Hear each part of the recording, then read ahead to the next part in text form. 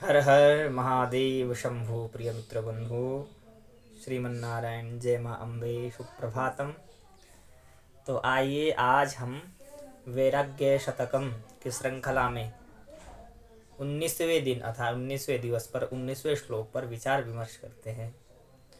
आज का श्लोक भी बहुत ही शिक्षाप्रद है, अर्थात हमें शिक्षा इस श्लोक से क्या लेनी चाहिए कि जीवन पर्यंत हम कुछ ना कुछ कर रहे हैं ना, हा हा तथापि, अर्थात बस ये मिल जाए फिर उसके बाद वो मिल जाए, सो मिल जाए, मतलब जीवन पर्यंत जैसे ही हम थोड़ा बहुत होश संभालते हैं और दुनिया की तरफ बढ़ते हैं, दुनिया के व्यवहार को जानते हैं, उसी दिन से हमारे अंदर बस अभी ये चाहिए, फिर वो कामना पूरी है, फिर वो चाहिए।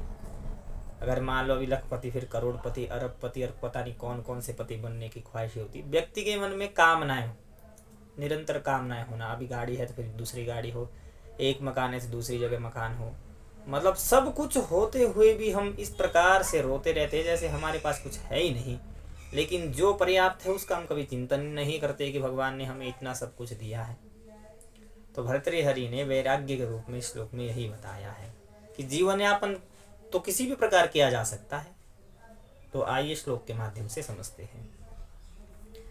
भिक्षाशनं तदपि नीरसमेकवारं शय्या च भूपरिजनो निजदेहमात्रम् वस्त्रं च जीर्णशतखण्डमलिनकन्था हा हा तथापि विषया न परित्यजन्ति हा हा तथापि विषया न परित्यजन्ति।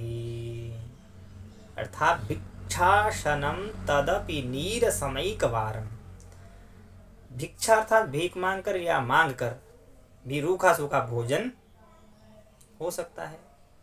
मतलब अगर जीवन यापन करना हो तो कई ऐसे भी है जो बिल्कुल सब कुछ छोड़कर केवल बैठे रहते, उनके पास भी अन्न आ जाता है, क्योंकि भूखा कोई सो नहीं सकता है भगवान की सृष्टि में।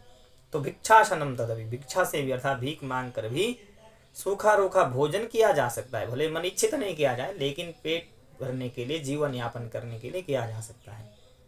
शय्या च भू परिजनो निजदेह मात्रम, अर्थात शय्या च भू, भूमि का बिस्तर। भैया जिसको नींद हो उसको जरूरी नहीं कि बहुत बड़े होटल में ठहरे हो या बहुत बड़े महल में ठहरे। नींद जब शरीर में होती है तो शरीर कहीं भी टूट जाता है। सीट में ही बैठ जाओ, खड़े खड़े ही नींद आ जाए, गाड़ी में बैठते ही नींद आ जाए, या भूमि पर शयन करने से भी नींद होनी चाहिए। मायने ये नहीं रखता है कि आप कितने बड़े महल में सो रहे हो। महत्वपूर्ण ये है कि आपके जीवन में नींद है भी या नहीं है। अगर दिन भर थकान लगी है तो कभी भी जो नींद है वो अच्छी शैया नहीं मांगेगी, वो भूमि शैया था। शैया च भू, जिसको नींद है वो भूमि की शैया, उसको बिस्तर की आवश्यकता ही नहीं है, सो सकता है। परिजनु निज देह मात्र, और परिवार की सेवा के लिए अगर भगवान ने हमें ये हाथ दिए तो इस हाथ से पुरुषार्थ करिए। तो ये हाथ ही पर्याप्त है परिजनों की सेवा करने के लिए, चाहे सामाजिक सेवा हो, चाहे पारिवारिक सेवा हो, चाहे अन्य प्रकार से आप किसी भी प्रकार से सेवा कर रहे हो। तो भगवान ने आपको ये अच्छा सा शरीर दिया है, इसमें हाथ दिए है, बुद्धि दी है, सब इंद्रिय आपकी ठीक ठाक दी है, तो फिर सेवा तो इस हाथों से भी कर सकते हैं। वस्त्रम च जीर्ण शतखंड मलिन कंथा, और ये भी छोड़िए, पहनने के लिए अगर क्या हो, वस्त्रम च जीर्ण शतखंडनम मलिन कंथा, अर्थात पहनने के लिए फटी पुरानी कोई साड़ी हो, कंथा साड़ी हो या कपड़ा हो, वो भी काफ़ी है भाई, शरीर ढकने के लिए वो भी काफ़ी है। लेकिन हम तो एक से एक साड़ी, ये देख ली तो दूसरे के पास दूसरी देख ली तो उससे भी अधिक चाहिए। मतलब कामनाएं, कामनाओं पे कामनाएं।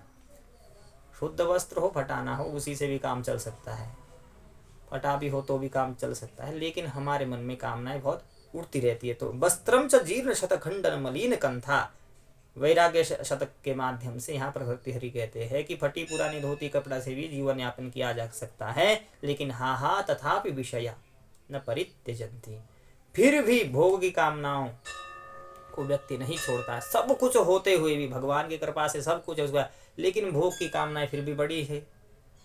ऐसी भोग की कामनाएं बड़ी है रहने के कारण हमारा जीवन सुखमय नहीं हो सकता। अर्थात कहने का अभिप्राय ये है कि मनुष्य भीख मांग ले, रूखा सूखा खाना खा ले, उससे जीवन यापन हो सकता है। फटे पुराने जैसे भी कपड़े हो वो पहनकर भी वो अपना जीवन यापन कर सकता है। सोने के लिए भूमि पर सोकर भी वो बिछोना ना भी लेकर क्या है, उन नींद को पूरी कर सकता है। और परिवारजनों की सेवा के लिए भगवान ने उसको जो हाथ दिए हैं, 2 हाथ, बुद्धि दी है, विवेक दिया, मानव शरीर दिया, इतनी कृपा नहीं है, मानव शरीर बनाया है तो उससे ही वो सब कुछ कर सकता है।